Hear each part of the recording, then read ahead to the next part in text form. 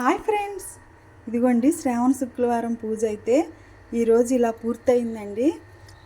లక్ష్మీదేవికి విరజాజులతో అష్టోత్తరం, అలాగే దుర్గమ్మకు కూడా అష్టోత్తరం, శివయ్యకి విరజాజులతో పూజ అయితే చేసుకున్నానండి. ఈరోజు సేమియా కేసరిని నైవేద్యంగా పెట్టానమాట.